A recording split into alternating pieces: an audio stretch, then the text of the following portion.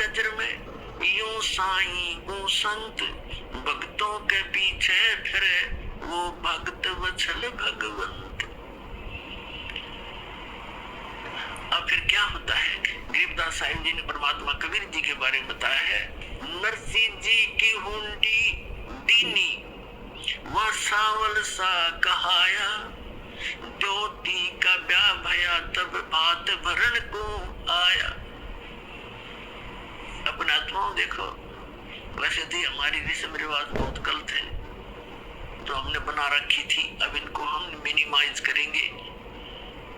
लेकिन सतयुग त्रेता द्वापर में परमात्मा ने कहा था कि बहुत ही कम हंस पार हो पाएंगे, और इस कलयुग में मैं धीरे धीरे जो समय फिक्स किया इसी के दौरान सबको पार करूंगा, और पार होने की विधि उन्होंने बताई है, वो दास आपको बताता रहेगा। लेकिन आपको दास बार बार बताता है कि ये काल भगवान जो यहाँ का प्रभु स्वामी है किस ब्रह्मांड का, ये सर पुरुष है, इसको सर ब्रह्म भी कहते हैं, इसको ब्रह्म भी कहने लगे। ये काल है जो स्वरूपी निरंजन है, ब्रह्मा विष्णु महेश का पिता है, दुर्गा का पति है। ये चाहता है कि यहाँ के प्राणी परमात्मा से परिचित रहे, गलत साधनाएं करे, भगवान से इनकी आस्था हट जाए और ये नास्तिक हो जाए। जब ये नास्तिक हो जाएंगे तो सुनेंगे नहीं भगवान के लिए, और परमात्मा ने आना था 5500 वर्ष पे बीत जाएंगे, स्वयं न्याय तो दास भेज दिया वो ज्ञान कराने के लिए। तो इससे पहले उसकी नीति ये थी कि सबको ऐसा नास्तिक बना दूं ये भगवान से दूर हट जाए। और परमात्मा ये चाहते हैं कि इनमें इस कलयुग की पिछली पीढ़ी तक परमात्मा की आस्था चाह बनी रहे। आज तक हम देखो नरसिद्धि जैसे महापुरुष के उदाहरण आज तक गुणगान करते आए जितने भी प्रचारक थे, और जिस कारण से हमारी आस्था बनी रही कि भगवान ऐसा करता ही करता है। लेकिन ना उन प्रचारकों को कभी ऐसा हुआ, ना उनके उपासकों को कभी ऐसा हुआ, लेकिन उसके कारण हम डटे रहे कि भगवान ऐसा करता है, ऐसा हुआ है तभी तो गुणगान हो रहे हैं। अब क्या हुआ कि एक दिन उसकी लड़की का विवाह, लड़की ब्याह रखी थी, विवाह कर रखा था उसका, लड़की जवान होगी, उसका विवाह हुआ। उसके विवाह के लिए लड़की आ गई बात नौतन, यानी अपने पिता, ऐसे रिवाज बना रखी है अपन ने, तो ये रिवाजें अच्छी नहीं है। फिर भी भगवान ने दुखी होना पड़ा, उसके लिए भी बहुत कुछ करना पड़ा। अब उसकी लड़की आई और पिता से कहा, पिताजी आपकी ज्योति का विवाह है, इस दिन बात है, आप आइएगा। तब उसने कहा कि मैं निर्धन कंगाल बेटी, ना मेरे पास दाम धन नहीं, पर आऊंगा बेटी मैं सुमरूंगा राम। जैसा भी कंगाल हूं मैं तेरे द्वार पर अवश्य आऊंगा। लड़की चली गई। लड़की जैसे वहां प्रतिफल में कुछ दिया करते हैं, बेटी जावे बात नोच कर कुछ नहीं दिया। इसको देखकर उसकी सास, लड़की की सास ने बहुत कुछ उलाहने दिए, लड़की को बहुत बुरा भला कहा कि उसने नाश कर दिया, सारी संपत्ति लुटा दी, कंगाल होकर बैठ गया, हमारी बेइज्जती करवा दी, कदे कदे हमारी इज्जत शिखरमा थी। अब लड़की बोल रहा क्या, बेचारी सबर का घूंट आंसू में टपकाने लगी, बैठ की एक तरफ जाकर। अब नरसी चिंतित हुआ कि कैसे वहां पहुंचेंगे, कौन मेरा साथी होगा। यदि वो सेठ होता और बात आ जाता, उसके साथ जाने वाले सैकड़ों इकट्ठे हो जाते गांव नगर के आगे, और उस दिन कोई नहीं आया। उनके पास कुछ अंधे सूरदास आया करते थे, नरसिंह जी की झोपड़ी पर बैठ जाते थे, सत्संग करते थे, विचार विमर्श करते थे, फिर चले जाते थे। उनमें एक शिक्षण नाम का बुद्धिमान था सूरदासों में। उसने कहा कि आज नरसिंह तेरी बात में कसक नहीं, तेरी आवाज में कोई चिंता टेंशन बन गई। उसने बताई कि ऐसे ऐसे लड़की आई थी और ज्योति का बात आ गया है और ये चिंता बन गई मैंने। नरसिंह वो कहने लगे, उस शिक्षण सूरदास अंधे ने कहा कि भाई भगवान पर भरोसा रख, दिल ना तोड़े, हम चलेंगे तेरे साथ। मेरा नगर का कोई साथ नहीं हो सकता। कहने लगे हम चलेंगे सारे के, वो 16 जने थे गिनती में। बोले हम चलेंगे तेरे साथ, चिंता ना करे। कोई बात नहीं, देखी जाएगी, जो भगवान उड़ैदत हो जाए बेइज्जती, पर बेटी के द्वार पर खड़े जरूर होंगे चल के। तो वहां सफर करने के लिए पहले बैलगाड़ियां थी। बैलगाड़ी उसके पास नहीं, गांव से मांग कर लाया, किसी ने बैल ऐसा दे दिया जो घर से मांगी वस्तु उधारी ऐसे देते थे जो घर से रिजेक्टेड सी हो। किसी से एक बैल मांगा, किसी से दूसरा, उन्होंने ऐसे दे दिए काम चलाऊ से, निकम्मे से बैल। और बैलगाड़ी थी खराब सी, वो कह दिख ले जा सेठिया। अब सेठ ने वही बैल दोनों जोड़ के गाड़ी ले ली, बैलगाड़ी। 16 सूरदास उसमें बैठ के, वो उसके मित्र। अब गाड़ी चले नहीं, क्योंकि ना तो बैल ढंग से चले, ना उसने चलाने आवे, ड्राइवर कभी रहा नहीं बैलों का, और गाड़ी ऐसे लचर पचर करती हुई चल रही है धीरे धीरे। अब उस स्पीड से वो 10 दिन भी नहीं पहुंच सकते थे, और वह था तीसरे दिन। अब वो श्री कृष्ण के पुजारी थे, सूरदास भी, और साथ में नरसिंह जी भी श्री कृष्ण जी की अर्ध लगाते जा रहे थे। वो परमात्मा स्वयं आगे एक कारीगर का रूप बना के और उनसे कहने लगे कि भाई नरसिंह सेठ, मैंने भी उस गांव में जाना है, जिस गांव में उन्होंने जाना था उससे एक गांव पहले का नाम बता दिया नरसिंह जी का, और कहने लगे मुझे भी बैठा लो अपनी गाड़ी में, साथ में भी चल पड़ता हूँ। नरसिंह जी कहने लगे बैठ ले बेशक गाड़ी में, पर हम लगता है ये रास्ते में रह जाएगी, बहुत खराब है, करने वही पड़ी है। तो उसने कहा कि मैं मिस्त्री हूँ, आप एक बार नीचे उतरो और मैं इसको ठीक ठाक कर लेता हूँ, फिर चलाएंगे। नरसिंह जी ने कहा कि देखो मेरे पास पैसा नहीं है किराए कुछ देने को, मैं तो भगवान के शब्द सुना दूंगा तुझे। तो कारीगर रूप में भगवान बोले कोई बात ना, मैं कुछ नहीं लूंगा आपसे, मैं आपके साथ बैठकर भी तो चलूंगा। अच्छा फिर ठीक है। तो पुण्यात्माओं, ये जितने आज तक प्रचारक हुए उन्होंने श्री कृष्ण जी को सुप्रीम पावर मान के और नरसिंह जी को उसका भगत जान के उनका एक महिमा का शब्द बना रखा है, वो सुनाता हूँ आपको।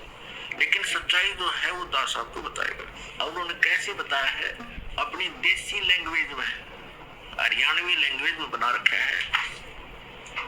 गाड़ी आले मन बिठा ले, एक बहो गाड़ी थाम भाई मैं हार लिया। गाड़ी आले मन बिठा ले, एक बहो गाड़ी थाम भाई मैं हार लिया। अब परमात्मा खड़े हैं, एक कारीगर के रूप में, सारे इंस्ट्रूमेंट औजार ले रखे, उपकरण, आरी भी, ऐसे काटने पीटने की बसोली सारे ले रखे। और क्या कहते हैं, गड्डी आड़े मन बिठा ले, एक बहो गाड़ी थाम भाई मैं हार लिया। नरसिंह जी जब न्यो बोले, या गाड़ी मेरी पुरानी है, प्रभु जी फिर न्यो बोले, भाई के मेरे त छानी है। प्रभु जी फिर न्यो बोले, क्या मेरे त छानी है, नाम कृष्णम जात का खाती, ये जानू सारा काम भाई मैं हार लिया। गड्डी आड़े मन बिठा ले, एक बहो गाड़ी थाम भाई मैं हार लिया। प्रभु जी फिर लगे समारण, ले हाथ में आरी जी, नरसिंह जी की वह टूटी गाड़ी, अरने आप समारी जी।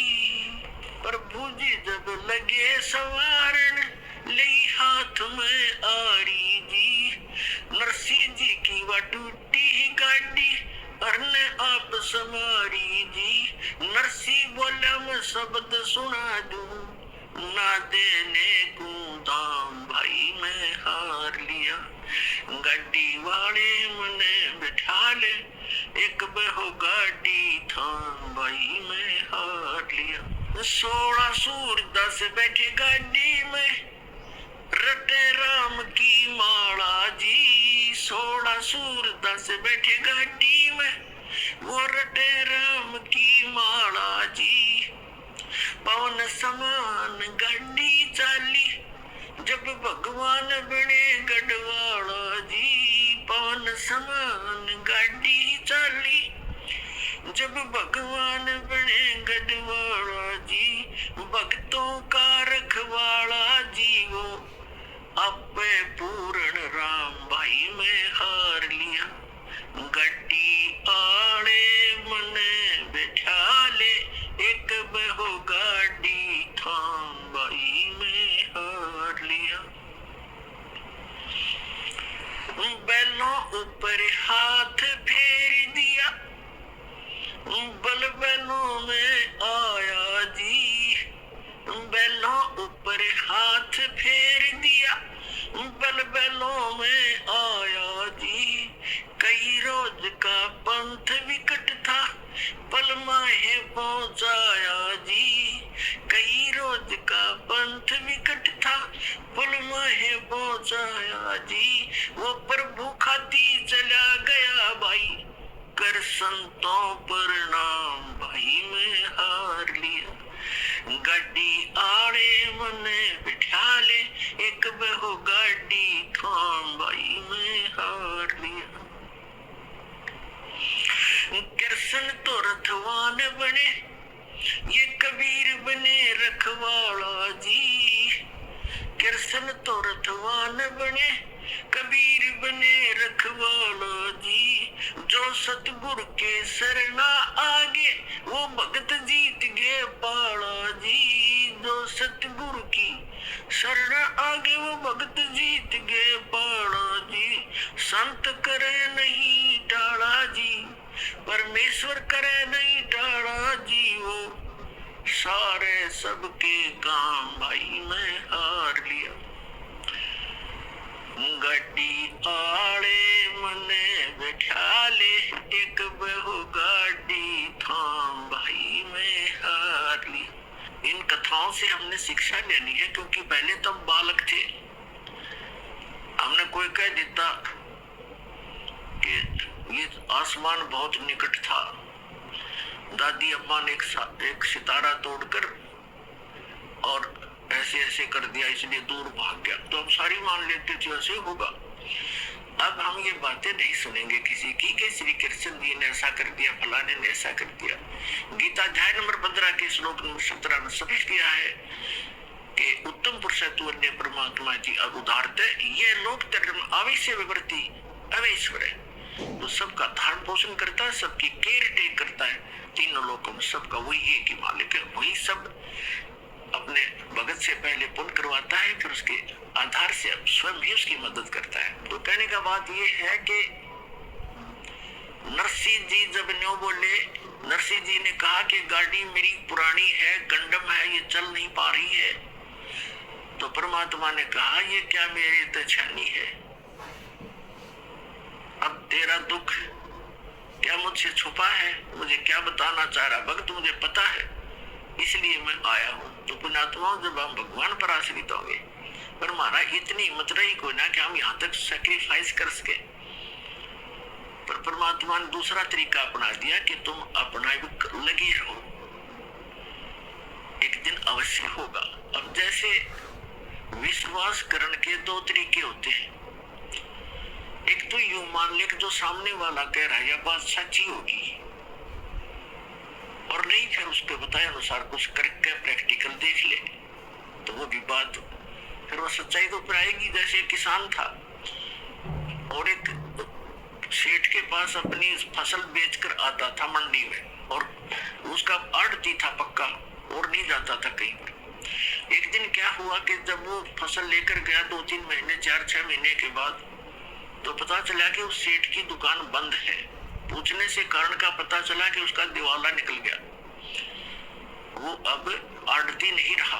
तो उसका मित्र भी हो गया था वो बहुत अच्छा। अब उसके पास गया, उसके कुछ पैसे भी देने थे, वो उधार ले जाता था उससे सेठ, वो किसान। उसके घर गया सेठ के, उससे पूछा सेठ जी क्या बन गई, कोई बहुत बुरा हाल हो गया, मेरा तो घाटा लग गया बिजनेस में बहुत गना और मेरा दिवाला निकल गया, रोजी रोटी को भी दूभर हो गए। कुछ रास्ता बता मेरे को मित्र। अब किसान को तो अपने ही प्रोसेस का पता था, प्रोसीजर का। कहने लगा भाई मैं तो अपना खेती बाड़ी के बारे में बता सकता हूँ और तेरी मदद कर दूंगा जितना मेरे से हो सकेगी। आप वहाँ खेती कर लो, हमारे गाँव में चलो, आपको कुछ ठेके पर कुछ मैं अपनी जमीन बहुत है वैसे दे दूंगा और आप उसमें बोलो, बीज भी उधारा दिवा दूंगा, उसको जमीन को बहाने वाले व्यक्तियों को भी रोक दूंगा, 2-4 महीने तेरे को पैसे नहीं लेंगे और अपना कर लो आप फसल। उसने सोचा चल भाई ठीक है, जब ये इतना साथ दे रहा था वो चला गया किसान के साथ। अब किसान ने बताया कि ये 10 एकड़ जमीन है, इसको पहले हल से बहा दे, इसका घास खत्म हो जाएगा। घास खड़ा था उसमें, तो उसने किसी किराए के हाली को लिया, उससे बहा दिया। अब कुछ दिनों के बाद उसमें फिर घास हो गया, तो किसान ने कहा कि इसको एक बार फिर बहा दे। उसको कई बार बहाना पड़ता है, अक्सर तरह कुछ ऐसे है। उसके बाद समय आने पर फिर उसमें वर्षा होगी, वर्षा होने से पर कहा कि अब इसमें बीज बो दे, गेहूं बो दे। उसने गेहूं बीज दिया या बाजरा बीज दिया। अब वो तो लाला जी था, रोजाना के 200 से 400 रुपए लेता था, गले में उठाता था। सरवा चौनी नहीं आ रही, रोज खर्च ही खर्च हो रहा है और डेली लिख रहा है। बाई वाले ने लिए 5 रुपये, दूसरी बार लिए 5 रुपये, तीसरी अपने 15 रुपये तो खर्च हो गए उसके। और अर्न इनकम अभी कोई आशा नहीं। जब उसने गेहूं बीजे, गेहूं का भी हिसाब ला लिया, बीज 50 रुपए का बीज गेहूं का, वो भी लिख लिया। उधार थे, देने तो थे ही उसने सोचा बड़ी बात बिगड़ी भाई, आता कुछ नहीं, जा ही रहा है। फिर देखा वो गेहूं बोने के बाद क्या देखा, खेत में सारे में घास उग गया। उसको पता था नहीं प्रोसेस का। वो सारे में गेहूं उग गए थे, सारा हरा भरा हो रहा और वो माथे बात लाए बैठे। उसने ये सोचा था इसमें फिर घास जाम गया, मित्र कहेगा इसने फिर बवा दे। तो किसान भी घूमता फिरता चला गया देखने के लिए अपने मित्र की खेती देखो कैसी लगी है, बहुत बढ़िया लगी थी। तो उसने पूछा भाई कैसे बैठा है सेठ जी, ऐसे क्यों चिंतित है? कहने लगा भाई मित्र मैं तो जाऊँ अपने घर में, क्या बोला फिर घास जाम गया, इसमें आप कहोगे फिर बवा दे, इसमें 5 रुपये फिर लगेंगे। तो वो हंसा उसका मित्र के नहीं ऐसी बात नहीं है, अब नहीं कहूंगा बहाने के लिए, अब तो ये फसल होगी तेरे, ये फसल है, गेहूं होंगे। अब उसका ना जच्चे क्योंकि उसको पता नहीं था कि गेहूं बनेंगे कैसे, इसमें गेहूं तो मिट्टी में डाल दिए सारे खराब हो गए। तो उनको देख रहा कि गेहूं तो खराब हो गए। अब कहने लगा तो विश्वास रख। उसको विश्वास यूं था कि उसका साथी भी ऐसा ही कर रहा था, अक्यों भी ऐसे बोल रहा है, तो थोड़ा दिल डट रहा था पर दचा कती नहीं थी। और जब वो परिपक्व हो गए गेहूं, 40 मन गेहूं डाले थे 1 एकड़ में और 40 किलो, और फिर वहां निकले काफी 20-30, उसमें ऐसे होते थे 20-30 मन। तो जब वो गेहूं पक गए, उसमें बाली को उसने फोड़ कर देखा, उसमें गेहूं थे। ओहो, तब उसको विश्वास हुआ कि सच में जो मित्र कह रहा था आज वो सारी सच्ची पाई। तो पुण्यात्माओं ऐसे ही एक जो ज्ञान है आप प्रथम बार सुन रहे हो, इस भगवान के विषय में भी आप प्रथम बार सुन रहे हो। बहुत से कि प्रथम शब्दों जिसने अब ज्ञान लिया, यहाँ से उपदेश लिया, वो प्रथम ही समझा जाता है। तो दास जो आपको बता रहा है, दास ने भी वही काम किया है जो आपको समझा रहा हूँ, बता रहा हूँ, और फिर आपके साथियों को भी ये लाभ हुए हैं। तो आप इनको देखकर और इस ज्ञान को आधार बनाकर ये करते रहना, एक दिन विश्वास आपका हो जाएगा। तो इस प्रकार हम जो साधना किया करते थे वो गलत करते थे।